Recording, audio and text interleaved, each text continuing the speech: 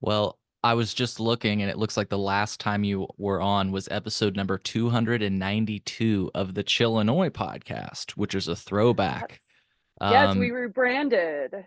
yes, we did. Yes, we did. And so, speaking of the rebranding, I'm going to read a quick blurb just so that people know where to find the video podcast and stuff, and then we'll launch right into our podcast. So, folks, like I just said, this is the Cole Memo. I'm your host, Cole Preston. Every episode is released in audio, video, and transcript format. If you'd like to find the audio, video, or transcript of any episode, just go into the link of the description that you're listening to now. Rather, go into the description of the episode that you're listening to now, and you'll find a link. And that link will take you to our website, which will display the audio, video, or transcript version of the episode. If you're having trouble finding that link, just simply take note of this episode number and go to thecolememo.com. From there, you can use the new search functionality that I built into the website to just type in the episode number and it should pop right up. And then from there, you can watch the video version. Before we get started, I just want to say that the Cole Memo is brought to you by listeners like you. So if you'd like to directly support this show, you can do that with a one-time monthly or yearly contribution of your choice at thecolememo.com/support, or you can go to thecolememo.com/Patreon, which only costs $3 a month. You get the episodes as they release. It's a great way to support our show, but the best way to support our show is free. Tell your friends about it, share it, leave a positive review, all that good stuff. Today is February 20th, 2024, and I'm sitting back down with Alyson. Alyson, remind the folks. 220. Yeah, hell yeah. Remind people who you are, especially in case they missed the first episode. For sure. Yeah, some of you may remember me. I was a former employee of Sunnyside Wrigleyville. I was amongst the other two, DJ and Ethan, that came on to kind of expose a lot of the injustices, dare I say, that have been going on within our employment there. I still keep up to date with them. It still seems like it's a lot of the same issues, and that really saddens me to say, but I'm really not surprised. But I just heard that the Sunnyside over here in Williamsburg, kaput, done. So I'm hyped that they're kind of going down in flames. So I'm hoping, because that's what I told my coworkers before I left, to steal a line from, I think, Fight Club, something like, I know Brad Pitt said it. You're polishing the brass on the Titanic. Like, get out of here. Like, you guys deserve so much better than what we have been given and what they're continued to be given. But the one good thing is the one like really horrible manager that I complained the most about on my last time there is gone.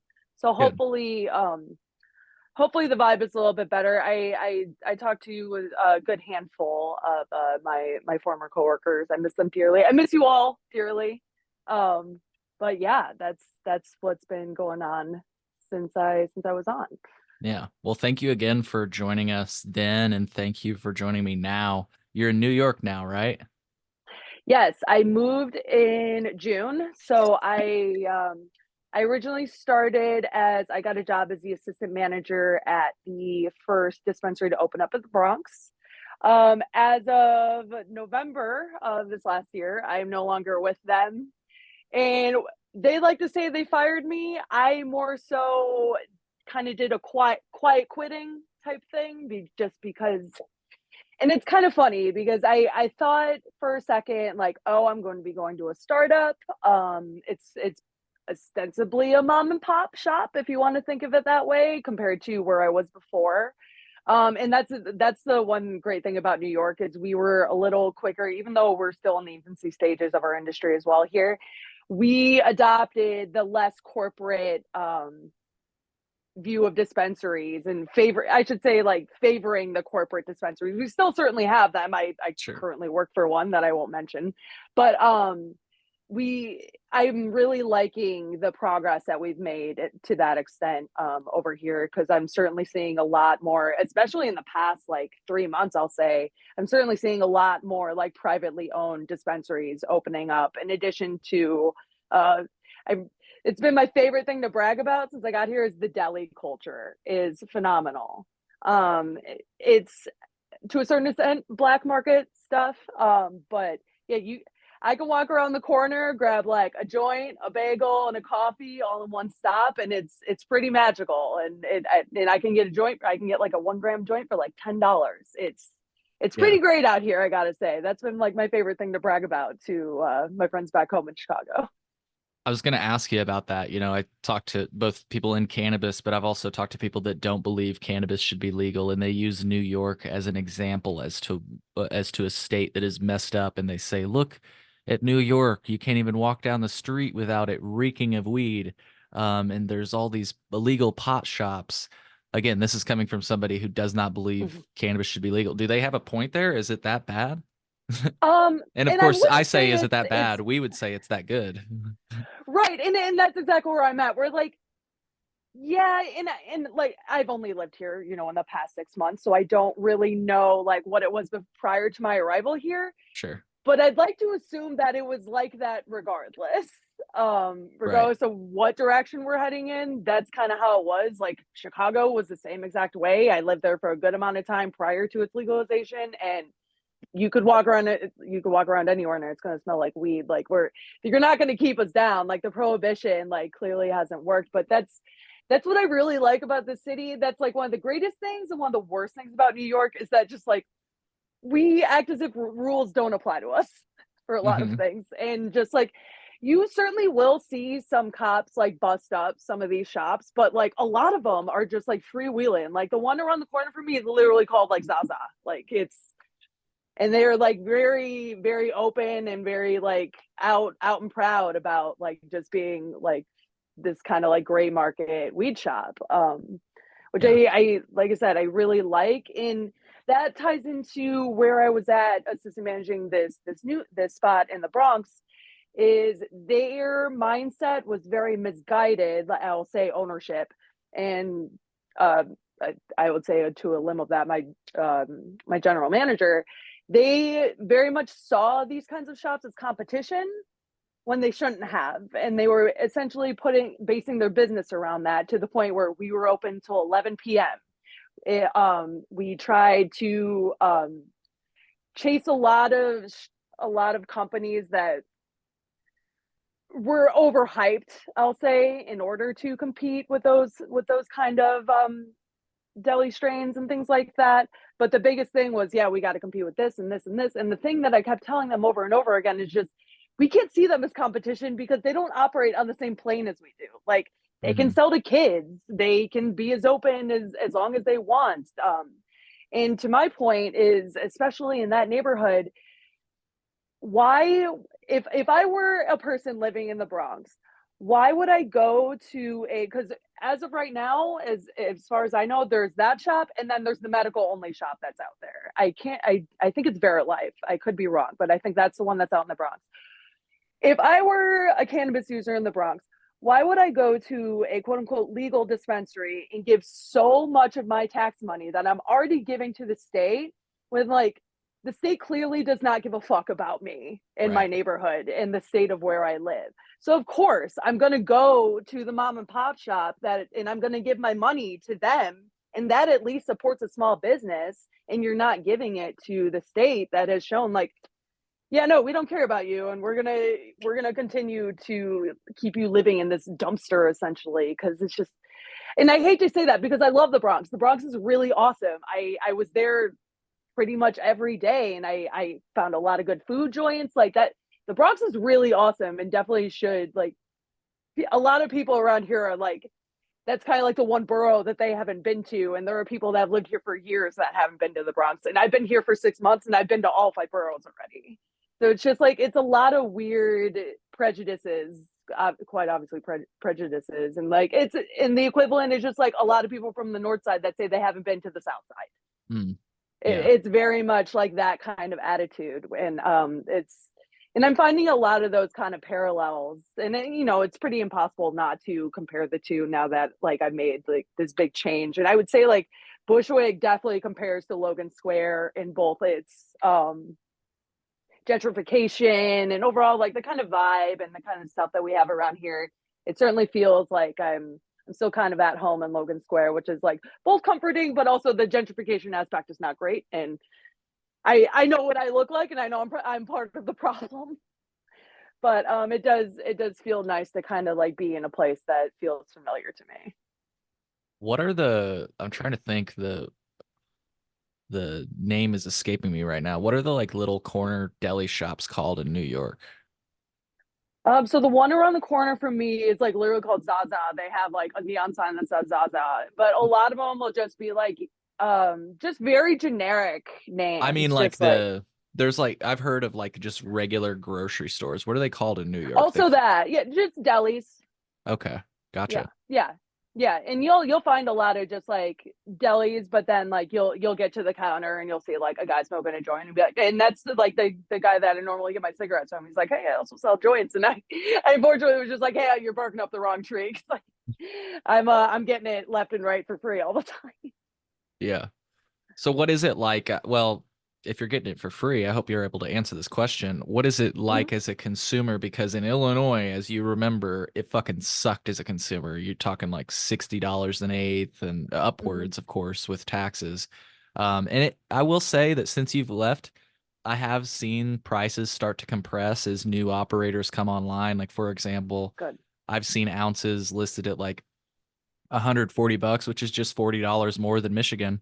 So, Yeah. we're getting there, but obviously the choices still aren't there.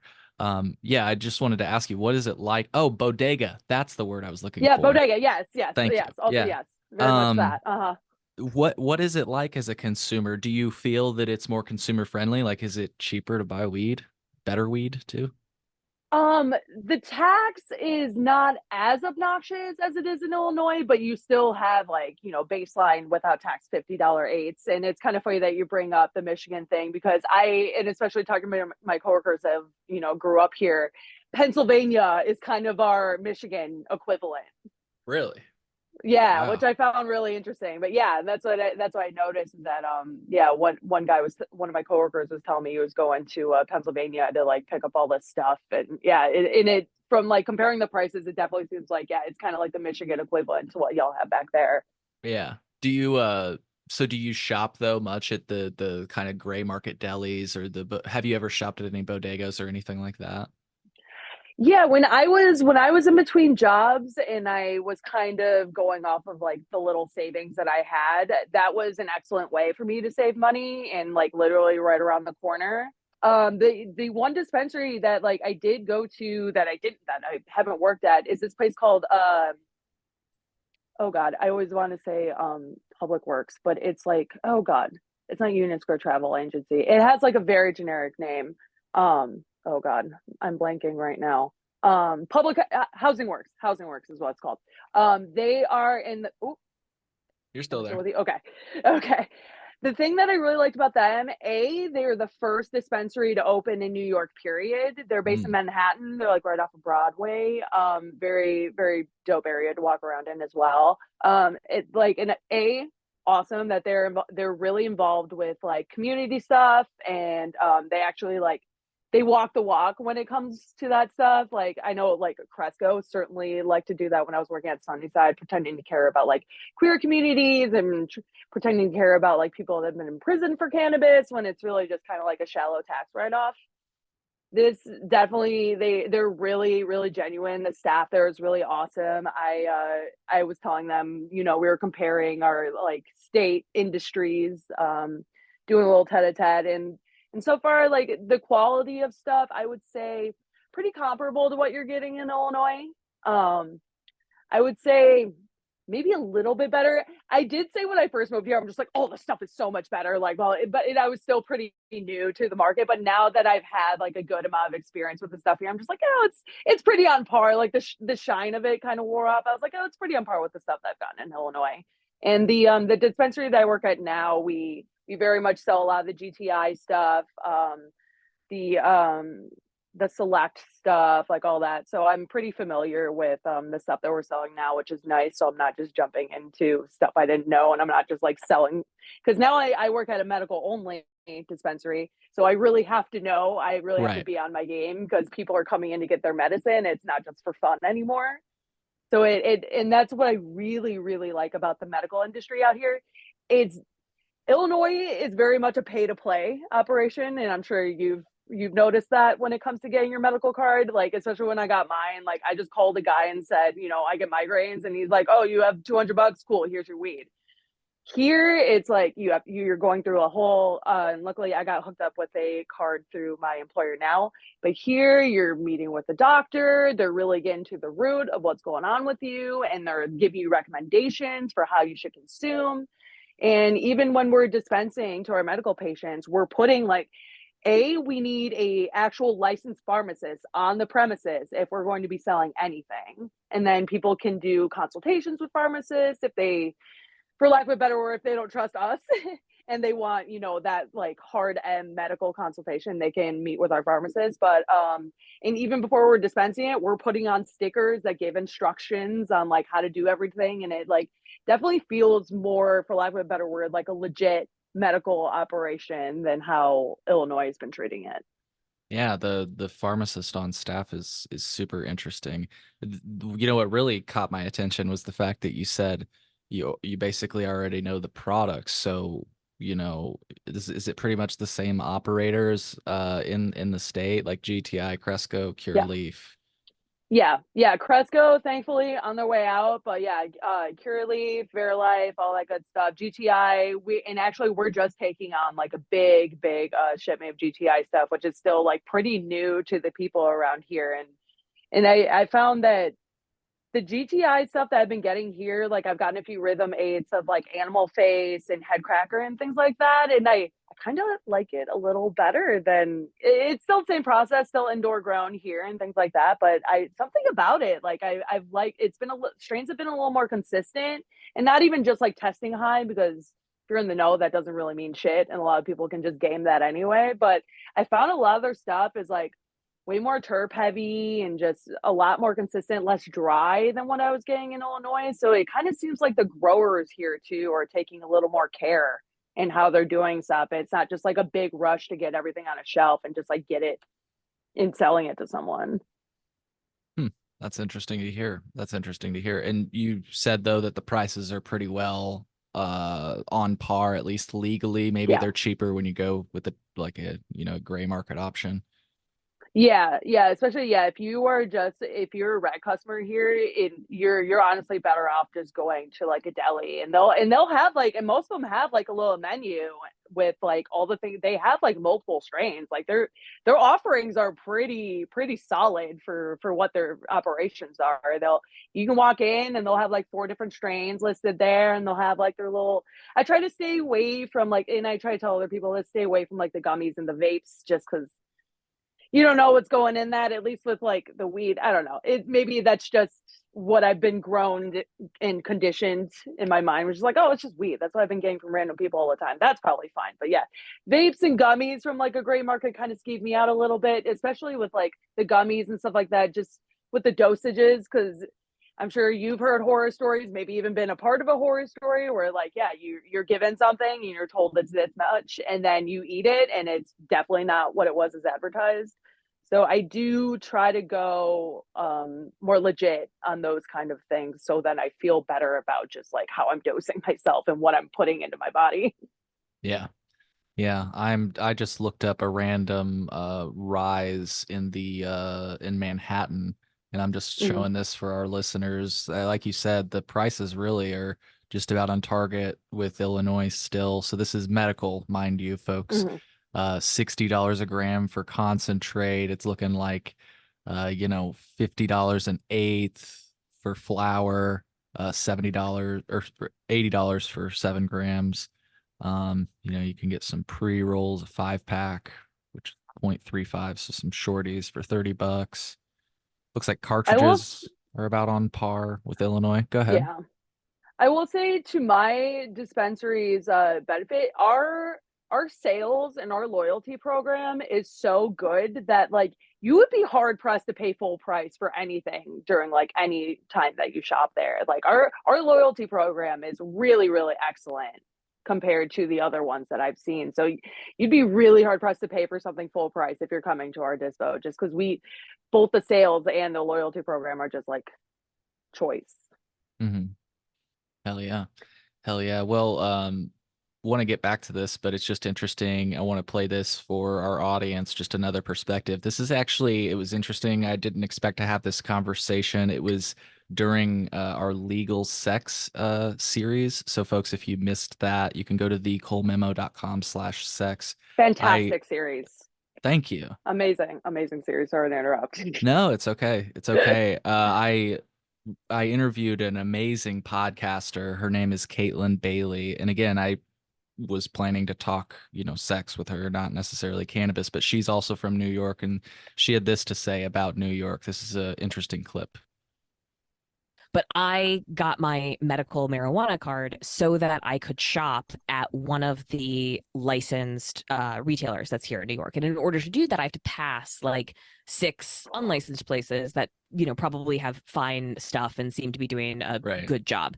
I wanted something in particular and sort of went to do that and was not surprised but disheartened to hear the establishment kind of talking about the unlicensed places. And I totally get it, right? Because they went through all of the hoops and like their customers have to get cards and it's a whole rigmarole and it feels like they're fighting uphill because they have to do it this way. Well, in the meantime, my corner store is just like sativa or indica.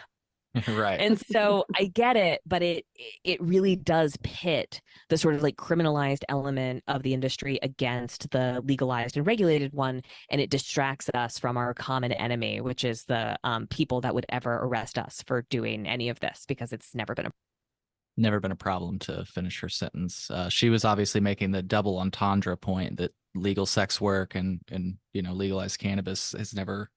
But yeah, it was just an amazing kind of tangential example. You know what I mean? So Yeah, and she was really on the money with that, and especially in hearing from, because when I came on to and I'll just say the name, Status, it terrible company. First and foremost, they want to say, and this is the place I was working at in the Bronx, they say that they are female owned. What they really are, that's just decoration. They really just slapped one of their wives' names onto the lease, ah, essentially. mhm, So then they could yeah, say that. I've never talked to her. When the day the place opened, I saw her for like 2 minutes. She never said hi to me, never had a conversation with her. And I was the assistant manager of her store.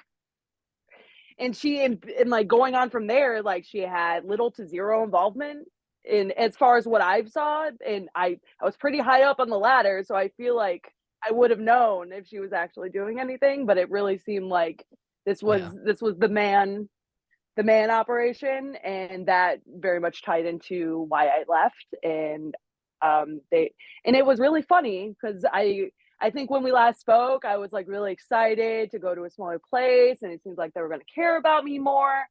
I was nearly assaulted, like not 10 feet away from the dispensary, like leaving that place. And when I told them that and asked, and I wasn't, all I was asking for was an earlier shift because I was the main closing manager. All I asked for was an earlier shift, not even that drastic from where I was. I asked to be 11 to 7, which is not, it didn't seem like I was asking for a whole lot. What they did when I asked for that is dug their dug their heels in more about that, about, oh, our leads aren't ready to close by themselves. They very much were. These people were not very current on what was happening in our store, and that was another frustration that I had with them, where I was voicing all these frustrations, where like we were actually able to accept credit cards for a short amount of time, but the rub with that was you essentially have to give over like your information as like quote unquote collateral. So and I kept making the joke, it feels like you're putting a mortgage down for a house when really you're getting an eighth.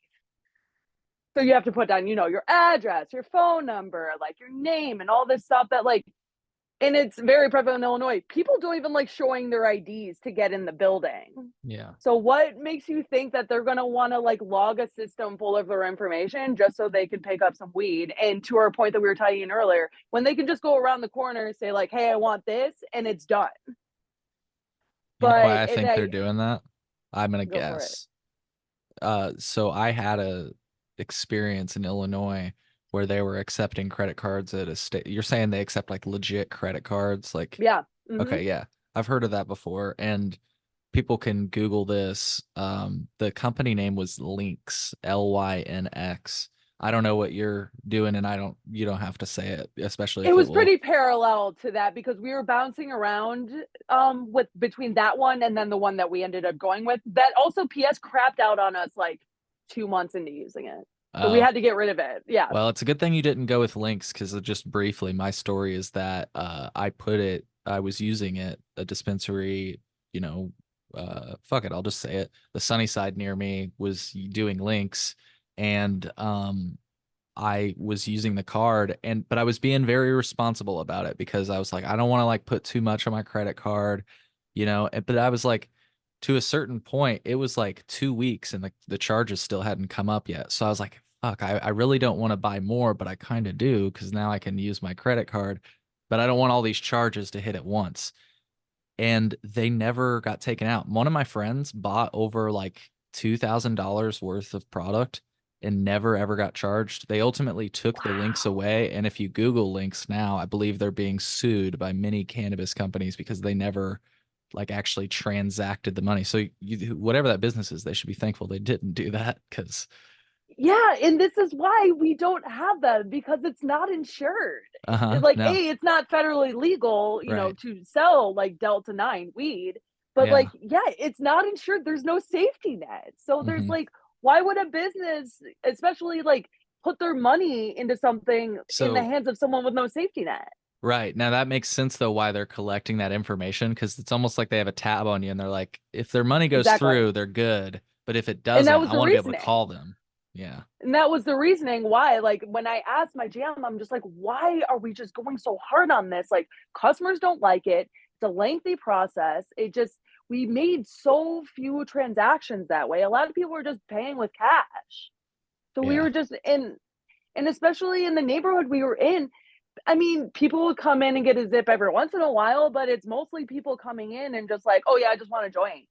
Or hmm just like, oh, I just want like, I just want a gram. And that's always what we sold out of first, is because they weren't reading the room and we're just like trying to push all these concentrates and just like all this like, and that's what they started out first. They were just like, oh yeah, we're gonna be like a bougie kind of cannabis place, like upscale, blah blah blah. And that's why in these uniforms too. You don't need to live in the Bronx to know what the vibe of the Bronx is. What these owners had my employees wearing. They're wearing white button-up t-shirts or white button-up shirts, collared shirts with a black apron and black pants. They look like they work in a meat market. And like I've heard customers clown on them. They make fun of them for the things that they have to wear. Yeah, I'd wear a sport jacket and like, yeah, a button up. It was very, very silly. I felt like such a clown the entire time. And they just had this veneer of just, yeah, we're going to be upscale and like all this stuff. And then they tried to put that into their inventory and we're realizing, oh, people aren't buying it because that's not the vibe of this neighborhood. And they eventually started giving these, not, I hate to say cheaper, but more affordable vendors a chance. And once you know it, those are flying off the shelves. So it's just like so many like butting heads over so many little things like that like seem like common sense, but just like this was their first business that they were all in on together. So they were very much like our way or the highway. And it just like, hmm and it's not going any better from them because when I was leaving, and this was the absolute funniest thing, they hired me because they were going to move. They were going to be right next to Yankee Stadium, and if you recall, I worked at the Sunnyside that was right by Yeah. Wrigleyville. Literally during my interview, I pointed the camera to Wrigleyville and I was just like, "You want to know why I'm qualified? Here you go." Like I hmm I know the exact vibe of what the business is going to be. So when I got the offer, they told me, okay, so we're going to be at this temp location for right now. We plan on opening July 6th. We plan on being at the Yankee Stadium place by the fall. Like I think they told me September. I was just like, okay, sweet. So we right now, and where we started and where they are still right now is off of Tremont Avenue, which is, even to residents in the Bronx, not a great place in the Bronx to be. Um, and when I was leaving there, they were like very much being evicted from the guy that they're renting the building from, because they very much overstayed their welcome. And they every time we kept asking, because of course my employees were asking me like, when are we moving? And I would pass it along to them and they would have no answer for me. And they still don't have an answer. They're still there. And I don't think it's ever going to happen. And I think at this point now, they've just like mismanaged so many things and they're just hemorrhaging so much money that I don't think the business is going to survive past this year. Yeah. What's your sense on the ground? Like, I mean, I don't know if you remember, but it seems like a lot of people in Illinois are upset and angry with the selection and prices. And frankly, most of them choose to go, as we might say, the legacy route. They like find a nice little professional, unlicensed dealer in the city and, that does delivery and all this stuff and even has menus online. It's sometimes I've seen. What's your sense in New York? Do you think that more people are shopping legally or uh, in the kind of gray zone? Oh, you can take one, even just going up and down my street right now, there are so many stickers with QR codes for Mm. exactly what you're talking about. So that's your answer right there. People, I think like I would say the older crowd is more hyped about the more like, oh, you're going into a bright, shiny little Apple store to get your weed. But the people, like, our generation and younger are still like very much down for, these gray operations and not going through these like mom and pop or these like actual stores. Yeah. Yeah. Because oftentimes when you go into those small stores, I bet you the vibe's better, like music's playing, the weeds on display, which we can get to the point Mhm. actually that we got together on. There's an upside and a downside to that, but really Mhm. quick though, the vibe is just probably better at some of those dispensaries because they don't have to comply within the strictures of the law, which feel very like, I don't know. It makes the place feel like a DMV almost. I know some people in Illinois can Absolutely. mess. Some people. I've been to some dispensaries where it's like, okay, this feels more like what I think of when I think of a dispensary, but still, um, And it's very much the vibe of these corporate dispensaries and like the DM. We're like, we're here to get you in and get you out. Like this is right. not a place for you to hang out. And that's what, like, even like going to this place around the corner when I like, even the first time I bought an eighth from them, they're just like, oh, they opened it for me. And I was just like, my heart, I was just like, because I'm not used to that. And they're just like, yeah, Yeah. you can smell it if you want. I was like, oh shit, okay. Like, and then he let me like smell all the stuff. And it, even though it was like a quote unquote gray market thing, it felt more like what the experience should be. Yeah.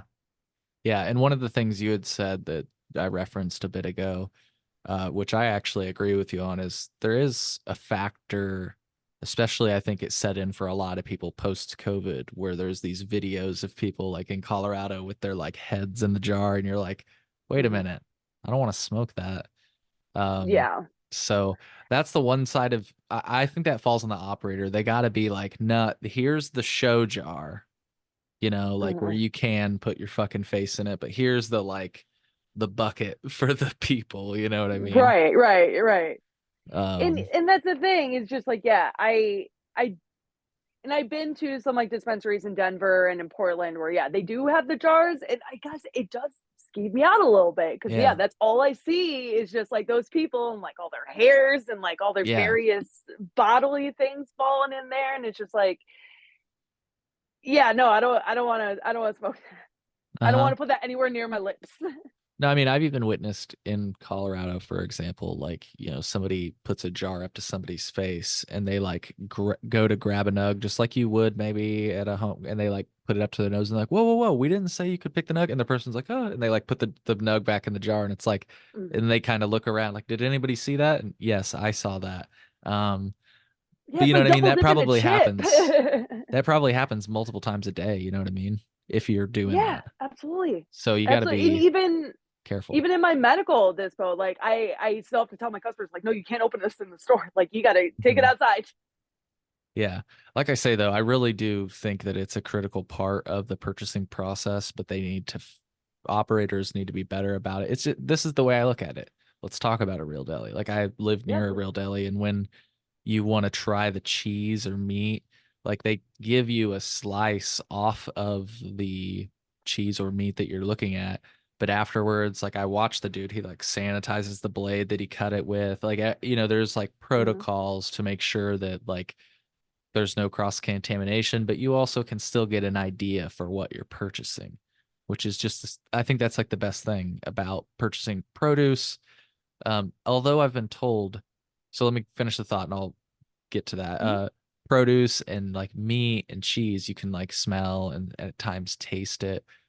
Although I've been told that, because I always say that whenever I purchase grapes, like I feel the grapes or like Mhm. even strawberries, like I'll look at them and like feel them to make sure they're not like mushy, you know, like old. Mhm. And sometimes, but only in the case of grapes, I'll like pop a grape in my mouth and be like, yeah, those are fucking dank.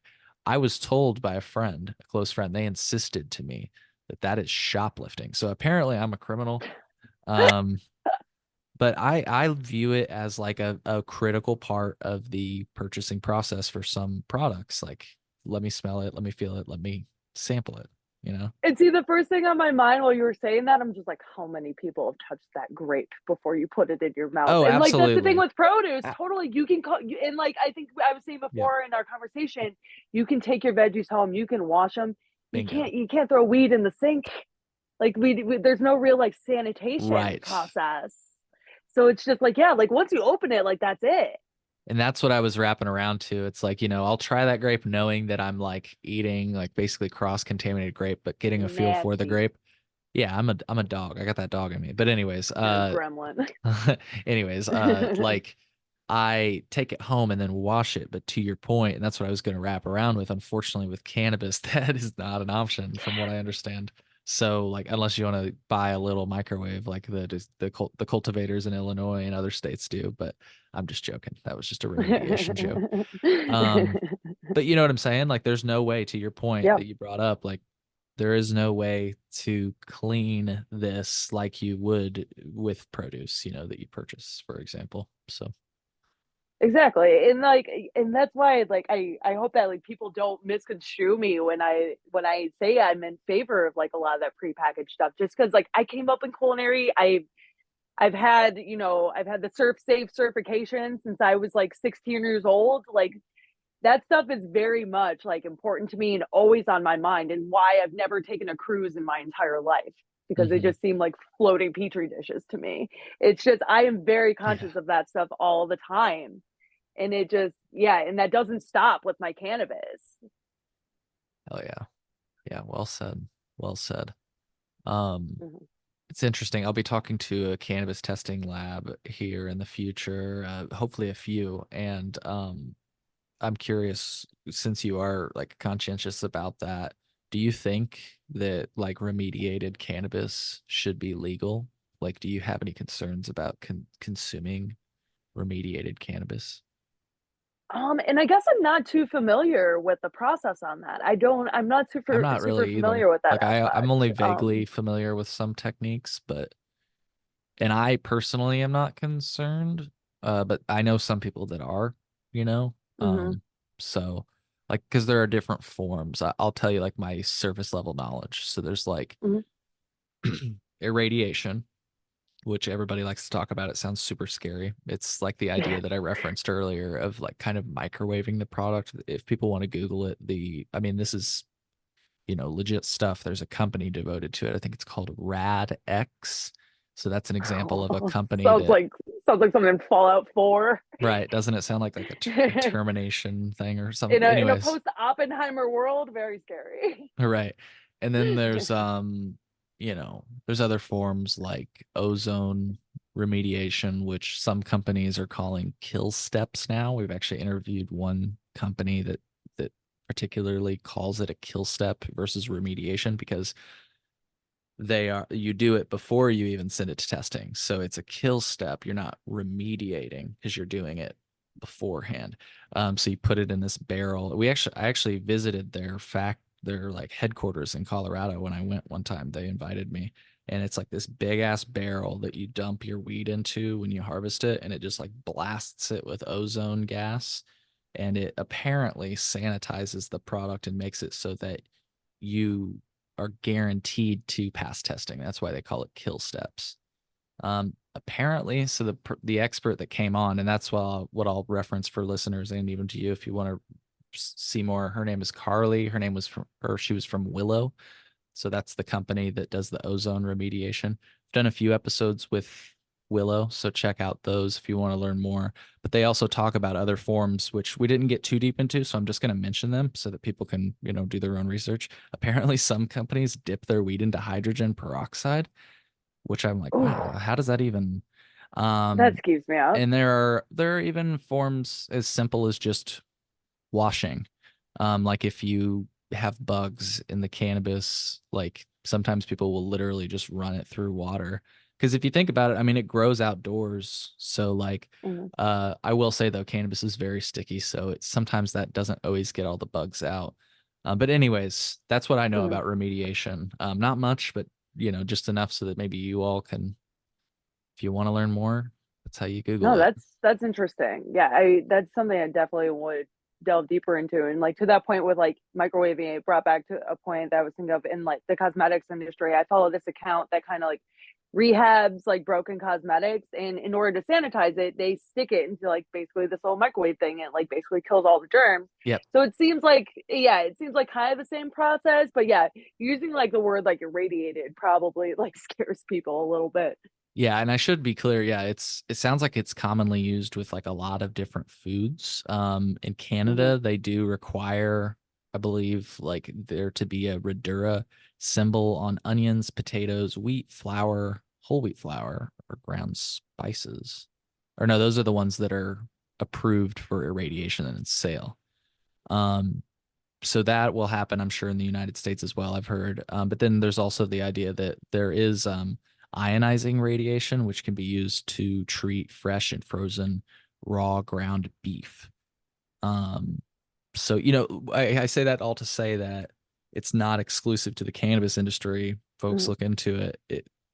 There are many different foods that are remediated, and it's the idea it's so that oftentimes it can keep a shelf life, you know. Yeah. And it's the same exact idea, in fact, with cannabis, because if you harvest cannabis, and we've even talked to licensed operators, New Era, I'll just say that because they were one that talked about it. I think this was on the Chillinois podcast. They spoke about the fact that Illinois testing standards are so strict that yeah, they have to like over dry the product just Mhm. so that it doesn't become moldy sitting in the jar. So um Unless you're Verano. yeah, yeah, I yeah, say that with a right. Verano beanie on. That's hilarious. So yeah, I don't know. It's interesting how like cannabis, it's almost like, yeah, imagine trying to take lettuce, like a wet leafy substance, and putting it into a jar and hoping that it can sit on the shelf for like more than a month or something. And it's like, that's not gonna happen. Well, and what you were saying earlier, like the first list of foods that you named were all like typically dried Right. products. So Bingo. it like makes the Yep. same, like cannabis itself is also a dried product. So that like connected it in my brain. So like it makes more Mhm. sense now to me. Like, okay, that's what you do to like dried product. Yeah. Peanuts, I believe, are a big one. Like I Mm-hmm. think like all peanuts, just like to make sure that they don't come. So, anyways, folks, definitely research this because I want to reiterate that I just have surface level knowledge. And I want to be clear that I am not by any means saying, and I've talked to a little of people that actually know about radiation itself. They tell me that like it's not like it's radioactive weed. It's not like you're gonna smoke it and glow green or something. Like it's again, because it's used in different food practices and stuff. Uh, some make the argument that it's negligible, and some make the argument that they don't really care if it's negligible. They don't want to subject themselves to it. Again, I don't really view it as a big deal because I'm like, I'm probably consuming so many remediated goods on a day-to-day basis. I don't even know. Right. I say this as I like drink like gallons of Red Bull on the daily, and like, Uh-huh. and I wouldn't mind like smoking something that would make me glow green. I'm thinking of like Mr. Burns in that one X Files episode of The Simpsons.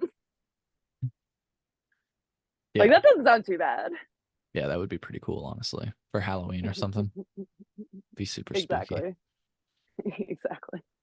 So anyways, well, what else is going on in New York? I mean, I did just see that it was a really funny tweet. I saw like the New York regulatory body, I don't know the exact name, they tweeted out that like proposed rules for dispensaries were released and the proposed rules for home grow were released. And somebody replied and said, fuck you, I'll do what I want. I thought that was kind of funny.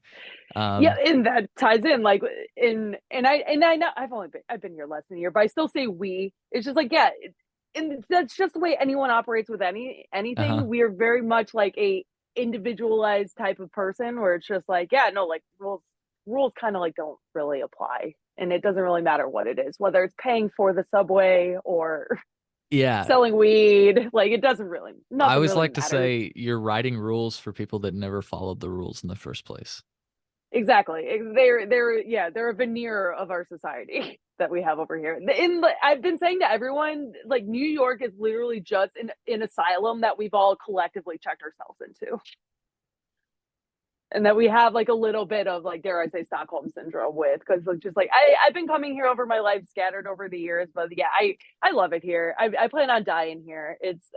I only disown Chicago unless I see advertising for the bear. That's when like my inner Chicago comes Yeah. out. But yeah, I love it here, and that's like I said with like the deli and bodega culture. That's like, and I don't see why Chicago won't do it. Well, and I know why. It's because it's Illinois, and they're very much, and that's what I love most about New York is you're hard pressed to find chains out here, like whether it's fast food or whatever. It's everything is so mom and pop based and very small business. And that's I love that the most about this city. It's just like, yeah, of course you'll find your chains, but yeah, Chicago is just very much a capital C corporate city. And you're just so hard pressed to find like the bits here that like make it super charming and just like more for the people. Yeah. Yeah. I'd love to go to New York sometime. I Yes, love please come visit. yeah, absolutely. I'll have to see if There's I like can. this cool, and I've been meaning to go. There's like this place called THC. It's called the House of Cannabis, and it's essentially, and I believe it's in Manhattan.